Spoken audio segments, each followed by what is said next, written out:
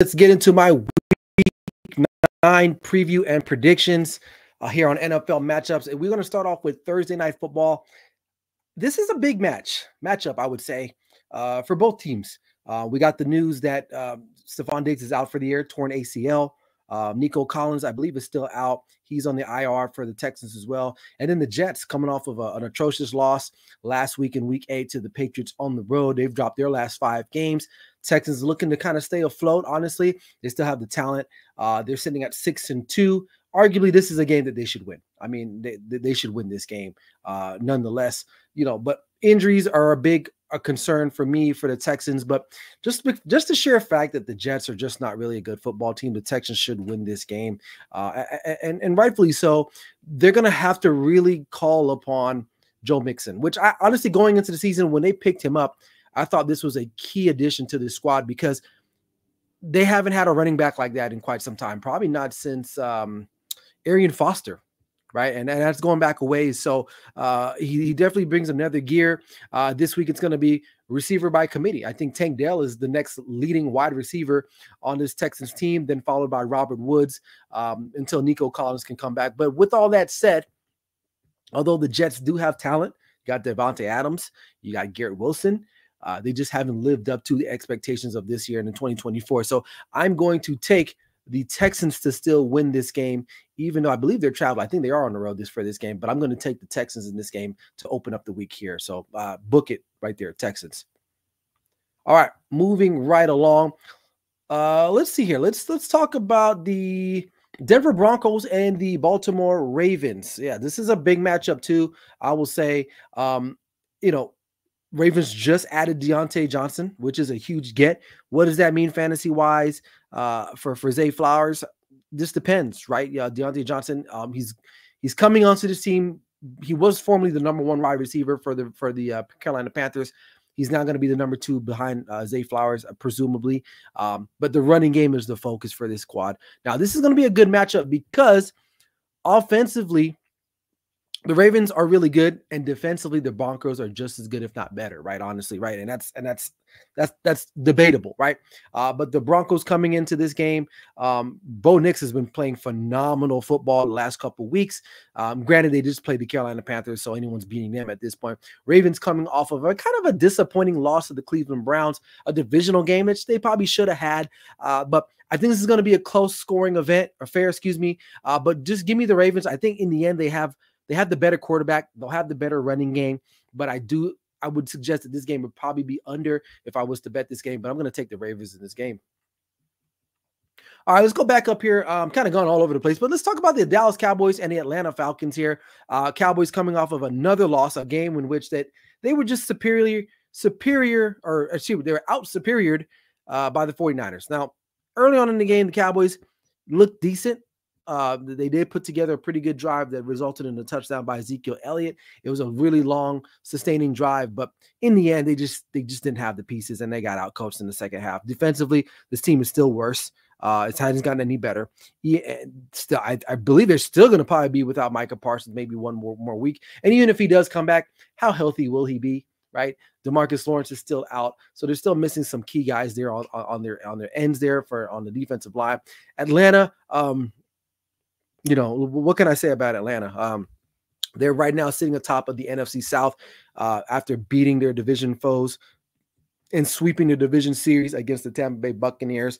Every week, it seems like they're finding a way to incorporate more guys on the offense, and Kirk Cousins looking more and more comfortable. But with that said, I don't have any faith in the Dallas Cowboys whatsoever. This is not a good football team. They don't do anything. What's one thing you can really hang your hat on for the Dallas Cowboys? Nothing other than losing, maybe the kicking game and Brandon Aubrey. But other than that, I'm going to take the Falcons to win this game rather comfortably, I would say. So I'm going to take the Falcons in that game there. All right. Let's take a look at the Bills and the Miami Dolphins.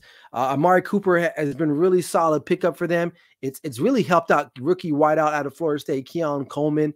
he's really matured the last couple weeks, at least since Amari Cooper has been there. We've always seen or known that he has the talent, the skill set to be a pretty solid wide receiver in the National Football League. And with Amari Cooper out there, it's really helping him get some separation or being incorporated in the offense in a different manner. James Cook is running the ball well. Josh Allen's playing really good football. And the Bills, to me, are the only team in the AFC East, like I said before, that has more wins, more than 2 wins in the division. The rest of the teams are pretty much garbage. The Dolphins did get Tua back, so that's a positive sign for them. But I don't think it'll be enough, as the Dolphins have to travel up north to Orchard Park to take on the Bills. I don't know what the weather's going to be like that game. I don't know. Let me know in the comment section what the weather temperature is going to be like. If it's cold, you already know the Dolphins ain't going to do well, and Tua's not going to do well. So I'm going to take the Bills in this one. I pretty much, they win this game, they're going to pretty much wrap up this division. I know earlier I said they'll be done by December. They may be done by middle of November, wrapping up this division the way everything is shaking out. So I like the Bills in this particular matchup. Okay, we got the let's see, we got Saints in Carolina. I don't know, man. Like, these two teams played already before. The Saints destroyed Carolina. I believe it was week 1, if I'm not mistaken. But the Saints have really gone down a different road since winning that week 1 matchup against the Carolina Panthers. And the Panthers haven't gotten much better either. And on top of that, they just traded away their best offensive player, arguably, in Deontay Johnson. Bryce Young, I believe, is still the starting quarterback, at least as far as we know this week. They are at home. This one is a tough one. The Saints, I believe, I think Derek Carr is still out, if I'm not mistaken. But the Saints should win this game still. I mean, realistically, I'm not going to say they're better coached, because they're not. But you know, Derek Carr is questionable, so there's a good chance he may play. They need to. Dennis Allen is on his last leg here. I think if he continues to lose 1 or 2 more games, he may be the next coach that's relieved of his duties. But again, there's still something missing with them. I honestly thought their offense was going to be a lot more legit, but then again, you look at who they played the first 2 weeks. Dallas's defense, which we know is trash, and Carolina, we know, isn't a really good football team in itself. So maybe we kind of got a little bit overzealous, and I'm including myself, right? I was on that train thinking that the Saints had figured out something. But in all respect to them, you better go out and win this game. They're still the better team overall at this point. But I'm going to go with the Saints. I'm going to ride with them. I think it'll be a close divisional game. I think the Carolina Panthers will make it a fight. But overall, I think in the end, the Saints will prevail overall. And that's why, therefore, I'm taking the Saints in this matchup. We got the Raiders and Bengals here. Raiders and Bengals. Raiders coming off another home loss, this time at the hands of the Kansas City Chiefs, who will remain undefeated here in Las Vegas at Allegiant Stadium. They have not lost in that stadium since its conception, and they continue that anyway. But now they got the Bengals. They got to travel. They got to head over to to Ohio, since Cincinnati, Ohio, and take on the Bengals, who are a better football team. Not much better, though, I would say. Only the difference is that their quarterback play is better. The Raiders still cannot figure out who's going to be their quarterback. I mean, they threw Gardner Minshew back in the mix. Why? Because Aiden O'Connell got hurt. They go and signed Desmond Ridder off the practice squad for the Arizona Cardinals. I think he got a snap or 2 in this last game, only because I think Gardner Minshew needed to come out. But defensively, this team, I'm talking about the Raiders in itself, they're not really good. They're damn near to last in almost every defensive statistical category there. And offensively, they don't have an identity. They don't know when to run the football. They don't know when to pass the football. And they continue to turn the ball over with Gardner Minshew. And they can't make any type of real vertical plays. So therefore, I'm going to take the Cincinnati Bengals, only because they got Jamar Chase. You still got Joe Burrow. They're still not a great team, but they should be better than the Las Vegas Raiders to win this matchup. So therefore, I am taking the Cincinnati Bengals to win this game. All right, moving right along. Let's look at the Chargers and the Browns. Very interesting game here. if Deshaun Watson was still the quarterback for the Browns, I would easily say the Chargers will win this game. But Jameis Winston, in his first start as a Cleveland Brown, really showed up and showed out. He threw over 330-something yards for 3 touchdowns. He spread the ball pretty well, right? Cedric Tillman was obviously getting a lot of the love there. I believe he had, 2 touchdowns in that game, a surprising win over the Baltimore Ravens. And now you have the LA Chargers coming into town. Justin Herbert really doing a lot with nothing, right? If you look at their wide receiving core, Ladd McConkey, I forgot the name of their tight end, Disley, I believe his name is, Will Disley. Who was another wide receiver they got there? I can't even name. I think Josh Palmer, if he's still there. They don't really put a lot of fear in anyone's secondary.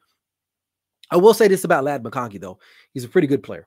And Justin Herbert in this last game, if you go back and look at some of the throws that he made under duress, plays that when the ball was snapped, play was done. Guys recovered, but he still found a way to get these guys the ball. This is a tough spot. I think the Browns got a little bit more life injected in them, especially after that really big win against Baltimore. I think the Chargers are a better coached team, but just the fact that the Browns are at home, I think for some reason, I'm just going to go with the Cleveland Browns in a close one here. If you look at the lines, it's -2 Chargers, but I'm going to take the home underdogs here, and I'm going to roll with the Cleveland Browns. It's not a slight to the Chargers. If they were at home, I would probably easily take them.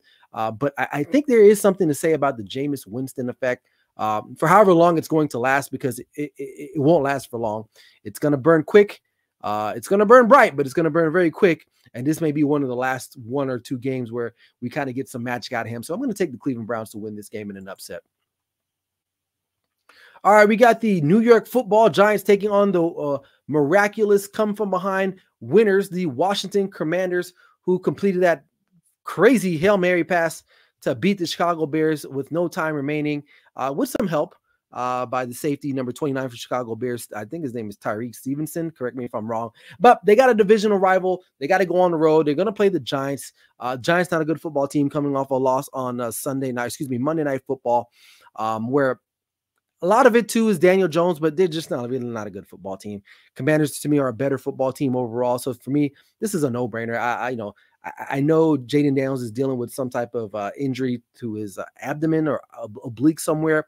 But he seemed okay Sunday, so I'm going to go ahead and take them anyway. He's just the better quarterback. He's the best quarterback in the NFC East. So with that said, I'm going to take the Washington Commanders to win this one. All right, we got the Tennessee Titans at home taking on the New England Patriots. New England Patriots coming off a very surprise. This is their second surprising win. At least there are only 2 wins, but the week 1 against the Bengals, and then last week, week 8 against the New York Jets, a team that they had gotten blown out a couple weeks ago in week 2, but they get the win. Now they got to go on the road. They pack up their talents and take it to Nashville, Tennessee to take on the Titans. I don't know who the quarterback will be for Tennessee right now. I believe it's still Mason Rudolph. If you're a Titans fan, it's probably better than having Will Levis at starting quarterback. So Drake May did leave the game, I believe, for New England. With an injury, but I think he'll be good to go this week. But the Patriots, to me, really don't have any offense whatsoever. The Titans won't really be having any. They still have Calvin Ridley. This if you want to look for a snoozer, a low-scoring event, this is probably the matchup that you want to see. Both teams statistically, offensively, do not rank very high. They're identical almost in stats comparison. So with that said, I'm going to go at Tennessee just because they're at home. I think Mason Rudolph might give them a slight edge, but honestly, this was a tough one to pick. I believe the line on this game was -3.5 Tennessee. Probably about right. But I'm just going to take Tennessee because I don't think the Patriots have enough scoring. But I will say this, Drake May, if he does play, which I think he should, has shown some promise in some of the plays that he's made. But for some reason, I'm just going to go with Tennessee in this matchup here. All right, we got Chicago Bears taking on the surprising Arizona Cardinals. The Arizona Cardinals, I believe, are number 1 in the NFC West at this point. Bears coming off of a very brutal loss this past Sunday against the Washington Commanders. We've all seen the highlights there, the Hail Mary from heaven there. Arizona at home, which they're pretty solid at home. I mean, like that home crowd gets behind them. Kyler Murray will make a play here or there. I do like the Bears' chances because defensively they're really good. If you watch that Commanders game, I wouldn't say they held Jaden Daniels in check, but it was a low-scoring game up until the very end. Their offense just couldn't get going. Caleb Williams kind of, I wouldn't say regressed, but he you know, the last time we saw him, he was just balling, right? And then last week, we didn't really see too much out of him. But I'm going to take the Bears only because their defense is better than Arizona's defense. And I think if they get anything going at all offensively, that might just be enough. I think it's going to be it's going to be a tight game. It's going to be one of those games if whoever has the last will win. And I believe it'll be the Chicago Bears. So I'm going to take them as the road underdog to get the win if they want to kind of stay in the hunt there in the NFC North. So I'm going to take the Bears to win that game over the Cardinals. All right, Jacksonville Jaguars heading to the city of brotherly love to take on the Philadelphia Eagles. Eagles riding high after a pretty good win last week. Jalen Hurts looked pretty solid. The rest of the team looked pretty good. Jacksonville, not so much, I would say, but Jacksonville is fighting. I will give them that. Do they have a chance? I think they do. But this is an opportunity for the Eagles to kind of set the record straight that they are not an inconsistent team. They can protect the football, they can play defense, and they can get after it offensively. So I do like that in that regard. Jalen Hurts maybe turning the page there. He kind of struggled early on in this year, but they are the better football team, and I think they should win this game. I'm going to pick the Eagles to win this one because I think they really want to come out and tell everyone like, hey, we're still here. We're one of the better teams in the NFC conference. Yeah, we've struggled out the gates a little bit. Yeah, we've had some issues with the coaching, but we are still one of the more talented teams. And they are. On paper, they're one of the most talented teams in the NFC. So I think they will continue that trend over the Jacksonville Jaguars, who honestly, it's pretty remarkable that Doug Peterson hasn't been fired yet. But I think after this game, there may be I think the what you call it, I can't even think of it. The masses will be calling for his head, which I'm pretty sure he's aware of anyway, but I'm going to take the Eagles in this one.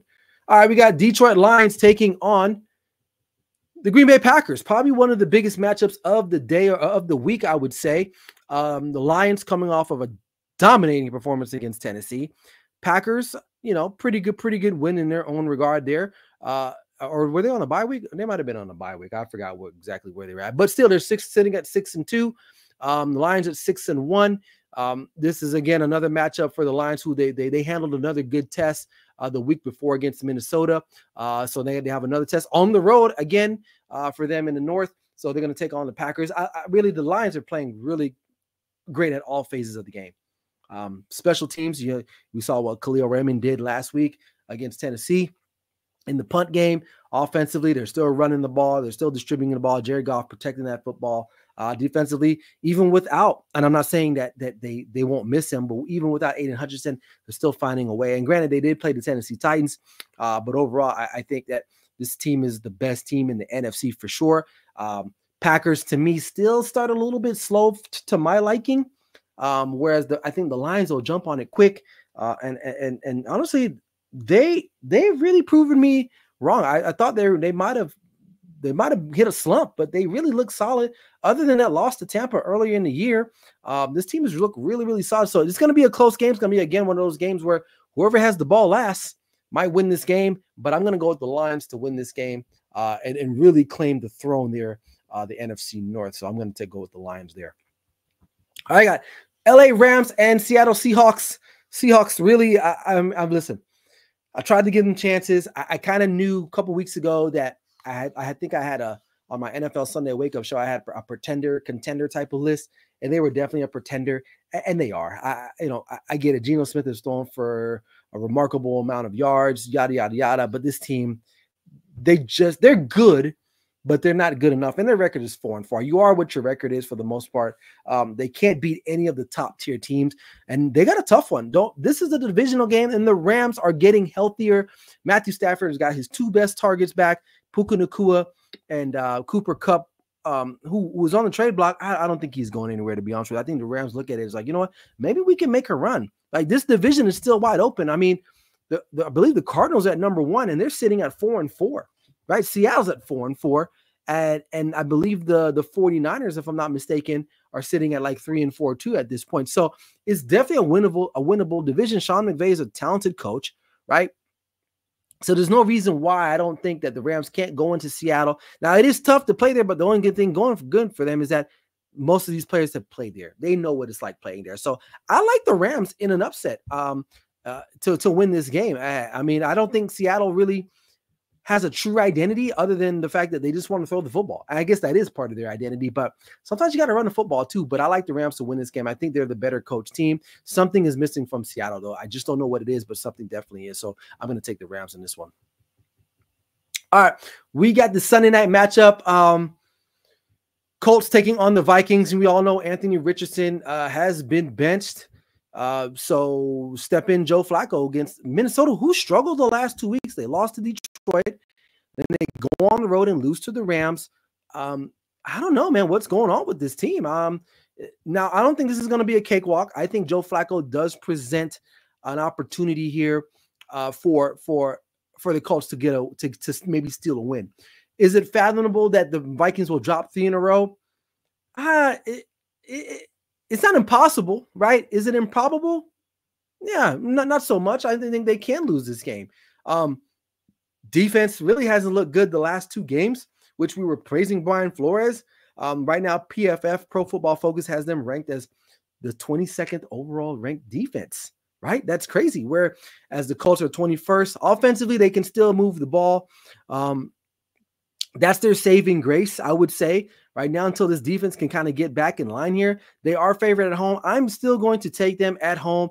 I don't see them losing 3 games in a row. Although I do like Joe Flacco. I do like what he represents. I think he's a very proficient and efficient veteran, better than Anthony Richardson. If Anthony Richardson was starting this game easily, this would have been the Vikings. I think it's going to be a closer affair, but I'm going to take the Vikings to win this game for Sunday Night Football.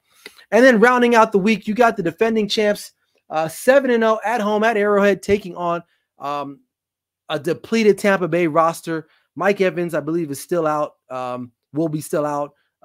Chris Godwin is still on the IR. So you got a bunch of guys like Jaden McMillan, Cade Otton, who I love. I love this guy for fantasy purposes. He's going to see a lot of targets. Listen, there's no surprise here that the Chiefs have not looked great. They have not looked great, but they still find ways to win. If this game was on the road, I would say it might be a little bit tougher, but I still think their defense is still good enough to slow down Tampa Bay. And maybe, another week with DeAndre Hopkins back in the building, getting some more reps with the ones, he might get a little bit more comfortable. So I'm going to take the Kansas City Chiefs to stay undefeated and be 8-0 after defeating the Tampa Bay Buccaneers. I think this game will be a little bit more spirited, only because a lot of the Chiefs games have been relatively close. So don't expect like a barn burner here, but I think they'll do just enough to win this game and remain undefeated for this week. So there you have it there. So, all right, those are my preview and predictions for week 9 here on NFL matchups. Let me know what you guys think in the comment section.